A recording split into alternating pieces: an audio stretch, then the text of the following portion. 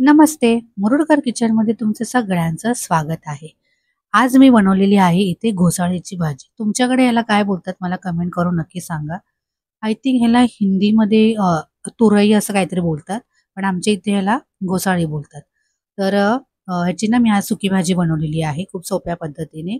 तर इथे मी एका कढईमध्ये तेल तापत ठेवलेलं, त्याच्यामध्ये राई, जिरं याची फोडणी दिलेली आहे. तुम्ही कढीपत्ता पण इथे ॲड करू शकता.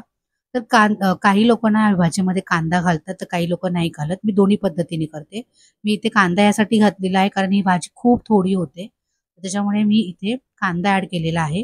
कांदा लाल होण्यासाठी थोडंसं मीठ टाकलेलं आहे. त्याच्यानंतर आलं लसणाची पेस्ट टाकलेली आहे. तुम्ही आलं लसूण ठेचून घातलं तरी चालेल. तर त्यानंतर ते चांगलं परतून झाल्यानंतर मी इथं टोमॅटो ॲड केलेला आहे आणि ह्याची ना भजीसुद्धा होते, जी मी काल रात्री बनवली होती. जेव्हा तुम्ही ताजी-ताजी घोसाळी आणता ना, तर तेव्हा त्याची भजी करून घ्यायची. नरम झाल्यावर त्याची भजी नाही होत आणि भजी अप्रतिम लागते आणि भाजी पण खूप छान लागते.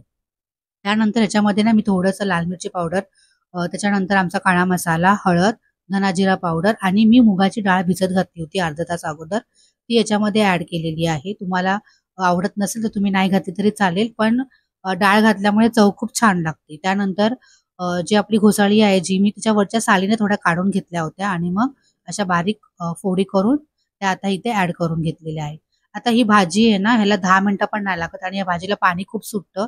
त्याच्यामुळे पाणी-बिणी टाकत बसू नका. फक्त झाकण मारा 2 मिनिटं, की तुमची घोसाळ्याची भाजी चपाती किंवा भाकरीबरोबर खाण्यासाठी तयार आहे.